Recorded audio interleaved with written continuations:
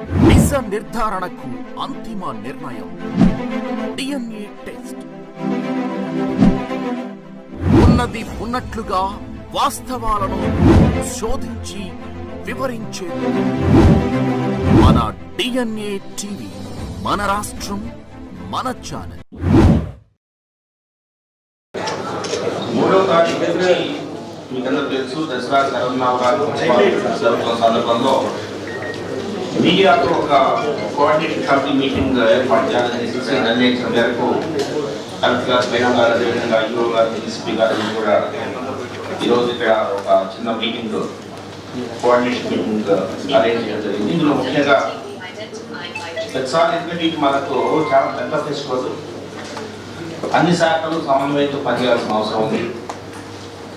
Police, అదేవిధంగా revenue, endowment, media అందరు కలిసి మనం సమన్వయంతో పనిచేస్తే చాలా, ఎందుకంటే ఇది మనకు పెట్టుకోవడం జరిగింది. ఇందులో లాస్ట్ టైం పేపర్ క్లిప్పింగ్స్ కూడా కొంత ఇందులో నేను చూపిస్తాము. ఈ పేపర్ క్లిప్పింగ్స్ మీరు ఏం రాశారు, సో అది రాయకుండా ఉండాలని మేము ఏం చేయాలి, సో అది మీరు చెప్తే ఉంది థ్యాంక్. ఎందుకంటే కొంత నెగిటివ్ న్యూస్ ఎక్కువ మా మీద, పోలీస్ మీద ఉంది, అయినా కూడా మేమేమి దానికి కరప్షన్ ఏదైనా ఖచ్చితంగా చేసుకోవాలనే ఉద్దేశంతోనే ఉంది. అదేవిధంగా ఎండోమెంట్ మీద కూడా చాలా నెగిటివ్ న్యూస్ ఉంది. ఒకసారి అది చూసిన తర్వాత మనం డిస్కషన్ అనేది స్టార్ట్. నెక్స్ట్ భక్తులకు ఇలాగే చేయండి. సో మా మీద నెగిటివ్ న్యూస్. నెక్స్ట్ ఇందరికీ రాజుపై తొలి రోజే భక్తులకి యాతన, 100 మంది ఉచిత పాసంతో శేఖరదర్శనం క్యూలైన్లో రాక, ఈవో పోలీసుపై మంచి కోర్టు మండిపాటు, వరుస తప్పిన పాలనకు సంకేతం. ఇదంతా కూడా కొద్ది వెంటనే రాసేది ఈనాడు, అమరావతి. నెక్స్ట్ సామాన్య భక్తులు ఇబ్బంది లేకుండా పోలీసులు తోసేస్తున్నారు. విజయవాడ ఈనాడు పోలీసులు కనీసం అమ్మవారి దర్శనం కూడా చేసుకొని కూడా మనం తోసేస్తున్నారు భక్తులు ఆవేదన. నెక్స్ట్ నెక్స్ట్ నాటుకోట్లో కాపుల జాతర, ఊపిరాగతో ఉక్కిలు బిక్కిరి, క్యాంపెయిన్ బ్యాంక్ ఆఫ్ సిచ్యువేషన్ అనేది ఒకటి. సో దీనికి ఏం చేయాలి, మీరు మీకు ఎందుకు చూపిస్తున్నా అంటే ఇది మీరు అందరూ రాసుకుంటారు. సో ఈసారి జరగకుండా మనం ఏమన్నా కొంత ఆలోచించి కొంత ముందు పోతే బాగుంటుంది అనేది అనుకున్నాం. నెక్స్ట్ వారి ఊటే సపరేటు, అంతా వాళ్ళు ఇస్తున్నారట. రాజకీయ పోలీసులు, వారి కుటుంబీకులు, ఆంతరికులు, అస్మరిగితే అందరూ దొడ్డిదారులు దర్శనాలు, అంతరాయం కూడా చేయాల్సిందే, అంతరాయం కూడా చేయాల్సిందే. పార్కింగ్ దగ్గర నుంచి భోజనం వరకు అన్ని వారి సంబంధంలోనే. మీరు అతితో చేతులు చేసిన రెవెన్యూ దేవాదాయ శాఖ అది కాదు, మీరు పార్కింగ్తో క్యూలైన్లో గంట కొద్ది నిరీక్షణ. నెక్స్ట్ పోలీసులు అత్యుత్సాహం, అంతరాదాయాన్ని వసూలు చేసుకున్న పార్టీలు, దర్శన వ్యవస్థ మొత్తం వారి ఆధీనంలోనే. సామాన్య భక్తులు, 500 భక్తులు, చుక్కలు, పోలీసు కుటుంబ సభ్యులకు రాజమర్యాదకు దర్శనాలు, పవిత్రమైన ఆలయ ప్రాంతం, ఈయలు, కేకలు, మహిళా భక్తులపై మగ పోలీసు పైశాచికం, చివరికి దేవస్థాన సిబ్బంది కూడా రాయలు రాదు. నెక్స్ట్ పోలీసులు అత్యుత్తాంతరీకట్టు, దేవాదాయ శాఖ సిబ్బందిని ఎందుకు ఆపుతున్నారు. రైట్. నెక్స్ట్ అడ్డదారి దర్శనం, అడ్డుగట్ట, ఘాట్ రోడ్లో ద్విచక్ర వాహనాల తొలగింపు. సరే. నెక్స్ట్ మ్యారేజ్ పై వాహన రాకపోతే నింపవేత, ఉండవలసి అనుసరించి ప్రకాశం మ్యారేజ్ కార్డులు, సీఎం వస్తున్నారు, మ్యారేజ్ వాహనం రాక రాకపోతే నిలిపివేత. నెక్స్ట్ 30 లక్షల రూపాయలు నష్టం. నెక్స్ట్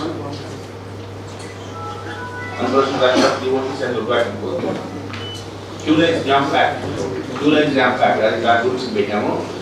నెక్స్ట్ సిబ్బంది అనుమతించని పోలీసులు, డ్యూటీ పాల్గొన్నా వదలబోయాము, అస్వస్థతకు గురైన భక్తుల వారికి సేవ చేస్తున్న మహిళా కానిస్టేబుల్.